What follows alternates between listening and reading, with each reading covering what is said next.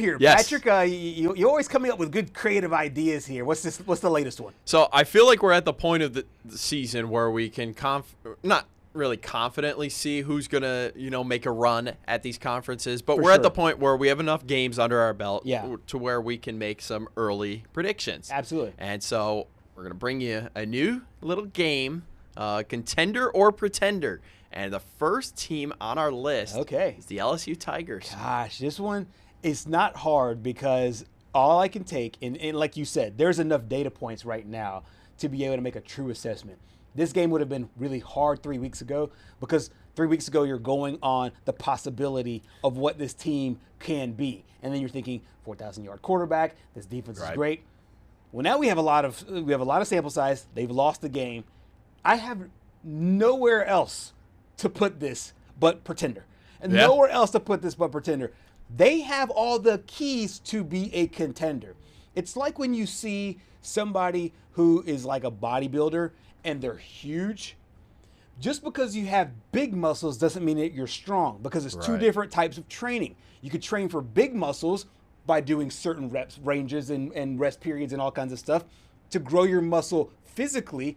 But it takes strength to grow your muscle. As far as strength-wise, it takes heavy weights to be able to do it. Think of the same way with LSU.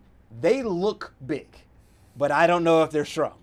So from my standpoint, they're a pretender. Yeah, I mean, I've got to, as much as I hate to say it, I've got to stick with you here because the LSU was my preseason SEC winner. Right. But it just feels like Brian Kelly, he won the season opener for the first time at LSU. Right. And everyone thought that was going to be his signature win to jumpstart this LSU season. Well, we've seen what Clemson has turned into. Immediately watered down. So, I mean, yeah exactly. That doesn't really mean anything anymore. And then your first two home SEC wins were they were just strange. I mean, both 20-10 games. DJ Lagway threw 5 interceptions in the first one. Right. And then you were able to shut down Lenore Sellers at home to get the win over South Carolina. But this guy on the screen here, it's just it's been a mystery for him this year. And I know there were some questions heading into the season. All right, how effective is Garrett Nussmeier actually in these big games? He was able to put all of these numbers up last year, but what's he going to do this year heading into 2025? And it's just been a weird year. And as I mentioned earlier on the show, I have a feeling that torso injury is a little bit bigger than people are making it out to be. I'm right there with you. And do you remember a couple of weeks ago when Brian Kelly got really defensive about with the reporter? And the very first thing coming out of a win, by the way, it was a win, was the question about the lack of production on offense.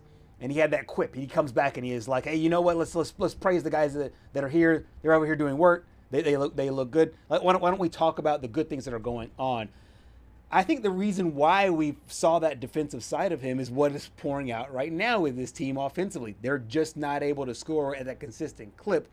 However, they have a great defense. Yes. And maybe that's enough to keep them in football games. But as of right now, I got to say pretender. Yeah, and I mean, you bring up a point about that, him lashing out at that reporter a few weeks ago, and it almost reminds me of exactly what I said yesterday about Kirby Smart. Yep. You don't do something, you get all defensive about it. Exactly. But that opening statement to that reporter, it just felt like he knew what he was going to say. He knew he was going to be asked about this. And then he immediately shuts it down, and he almost gives like a scripted response where he's just angry about it. And it's just, it's interesting for him because apparently he might be in the running for the Penn State job as well. Yeah, there's some rumors about it. There are some rumors out there. I do think that it would be a shot to his ego if he can't win in the SEC,